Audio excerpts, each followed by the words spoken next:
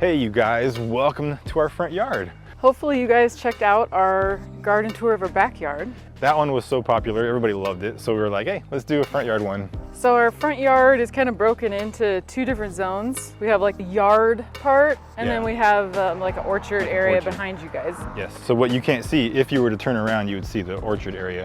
But the front yard is kind of more of like our, I don't know, nice, sort of just to have some like more green organized. space. Yeah. Because this is the bigger part of our property. Which you'll see probably if we show you an overhead shot.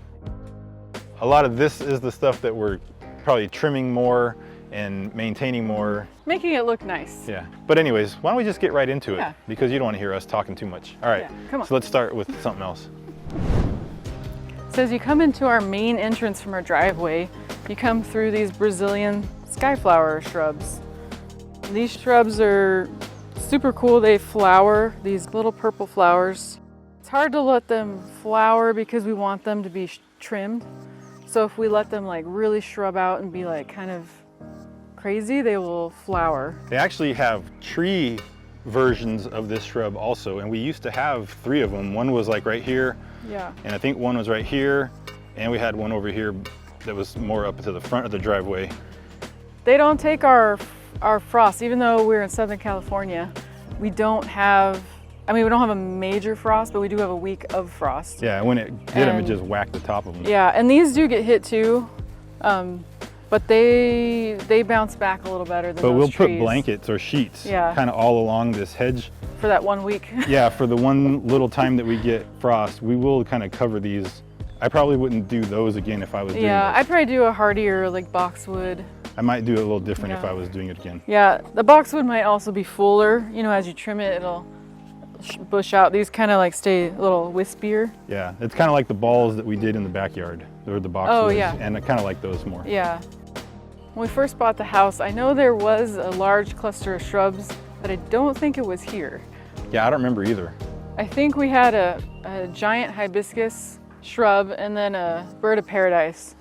Yeah, and there used to be a huge pine tree that went all the way up this way. Yeah, we cut it that down. made us sneeze every year.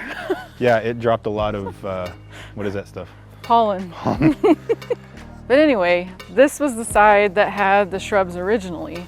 They were looking pretty neglected when we moved in and just looked old in general. So that's why we replaced them with the Brazilian skyflower and then just continued the shrub all the way around, just to keep it like a nice flow. Moving closer to the porch area, we have our red fountain grass, which is pretty common in our area. I picked it because I love the purple foliage. I have purple kind of like put throughout our front yard. I kind of kept a theme. It has good height to it also. Yeah. And a really nice texture. And I like that it's got a lot of movement. When we get a little breeze through here, it's like... I wish I could have a field. Yeah. Just didn't care about it. I could just put just let them grasses. Grow, and they would do this. To keep it looking this nice, I cut it down to the ground right at spring. And then it comes right back up and it's fresh and pretty. Down beneath the red fountain grass, we have just some filler plants, sort of just to kind of fill in this space. And I think this is a Laura petalum. And then up here is a Mexican heather, apparently, is what Des tells me that this is called. But we just wanted to kind of fill in this space, and we just threw in some rocks that we found laying around the property when we were doing other projects. And then we just used this old stump that we picked up and kind of hollowed it out to make a planter for this. So, you know, gotta get creative in the garden sometimes. But these do a nice job of just kind of filling in this little hole because we've got some sprinkler valves behind there. So that's also what this helps to hide, because the valves aren't always that pretty. But other things are pretty, like this pom-pom juniper.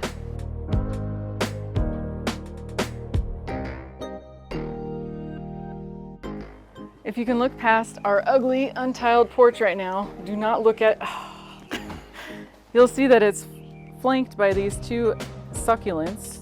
They're called an elephant bush or elephant food.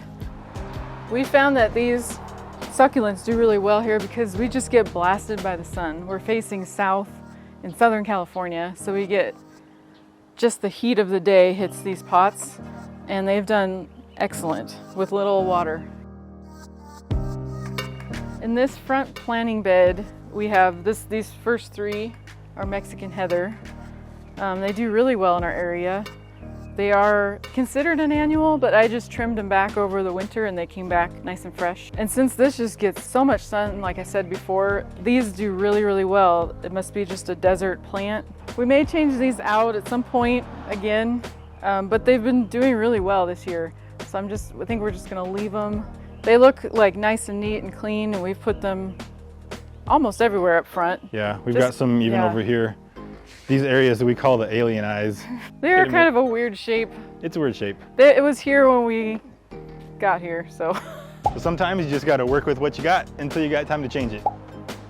Continuing on in this front garden bed, I have another red fountain grass in a pot to make it taller than it naturally would be. And then we have some lavender, more Mexican heather.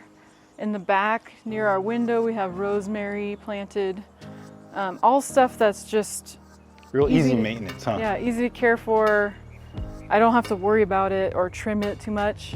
It's just there. Because this stuff can just grow. Yeah. And we can kind of just let it do its own thing and not worry about it too much. And it looks pretty, all full, so yeah. I just kind of left it. And kind of like what I was saying for the other fountain grass, I like because it has some movement when we get our breeze through here. Yeah. Really nice. What we have behind me is a podocarpus. And this podocarpus has been here for many years, and we like it. So we got more over to the side here.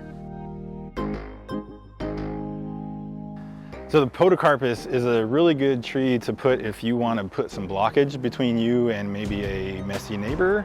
We put all these in several years ago, and the reason that we did was because we kind of wanted to hide what's on the other side of the fence. But these have actually grown in really quickly and really full. We're still kind of hoping that they'll connect. Maybe I can make them connect by letting these guys hold hands. And if they hold hands, maybe they'll intermingle each other. I think we just have to trim the top and then they'll bush out. What will happen then is if we top them, that will tell the tree it's like, oh, I'm not gonna grow upward, I'm gonna grow outward a little bit more. So by topping them, that'll send all their growing energy in other directions, I think. And so then that'll help to fill these things in. But when we first moved in, these weren't here and it was real open and we didn't like that. So we're kind of private people. If you need a hedge. If you need a hedge or sort of a wall shrub kind of thing. Yeah, these do the trick. I think podocarpus are pretty good for that. And they're fast growing. They're pretty quick growing, and we bought them small, on the small side. We've got 9 of them here and they were like 50 bucks each when we got them. Yeah. So we got a deal.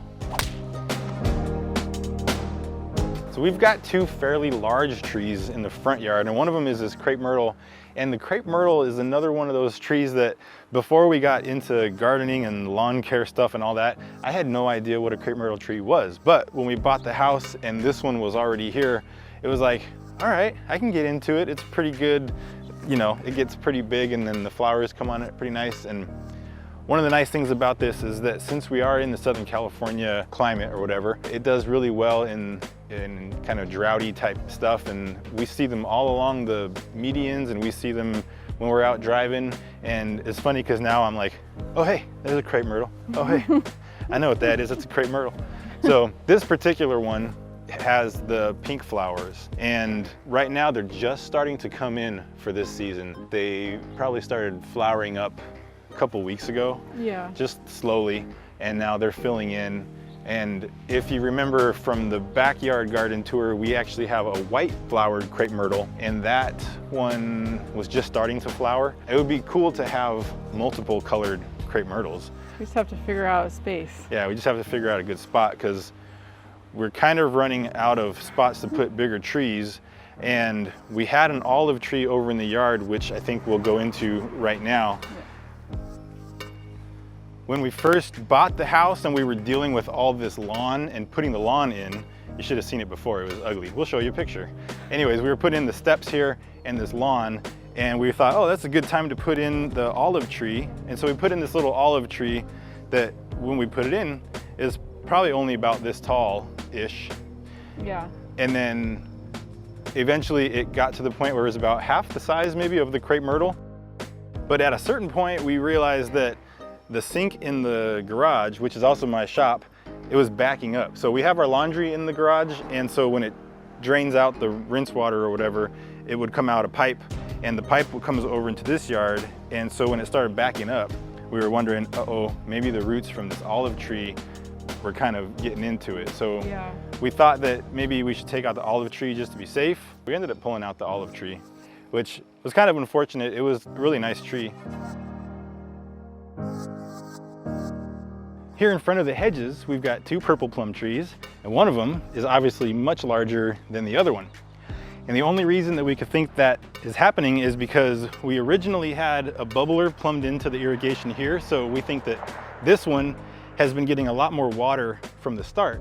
Over here, we didn't have a bubbler plumbed in, and so we just jumped off the drip line.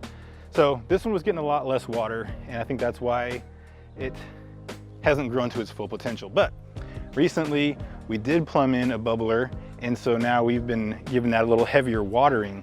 So hopefully, in no time flat, this one will be like the same size as that one, because we like the size of this one, and we don't want this one to feel left out. Another reason we like this tree a lot is because of the coloring, and it's got this real dark sort of purple red sort of a color, and it's really pretty right at sunrise and sunset when the sun is like kind of peeking through from whichever way, and the leaves look really red. They don't look as red during the day. There's actually, you can see some green. It's probably hard to tell right now, but this is the top side, and it's actually more of the darker purple. And when you flip it over, the back side is really what's got that reddish purple color. And so I think when the sun pokes through the trees, this is what we're really seeing, and it looks really nice. I'll try to get some shots so that you guys can appreciate it with us. These trees also go dormant in the winter, which is a bummer for all the leaves because we lose the leaves and then we're just left with the stick trees. But it's kind of worth it because once spring rolls around, it makes these really pretty pink flowers. And the only bummer about that then is that they're only up here for like, I don't know, they're like a week or 2, and then the flowers are gone and then the leaves start coming back. So that's a good reason for you guys to stick around to the channel, because come spring, we'll probably do another video and we'll try to capture all the pink leaves on the tree so that you guys can see them.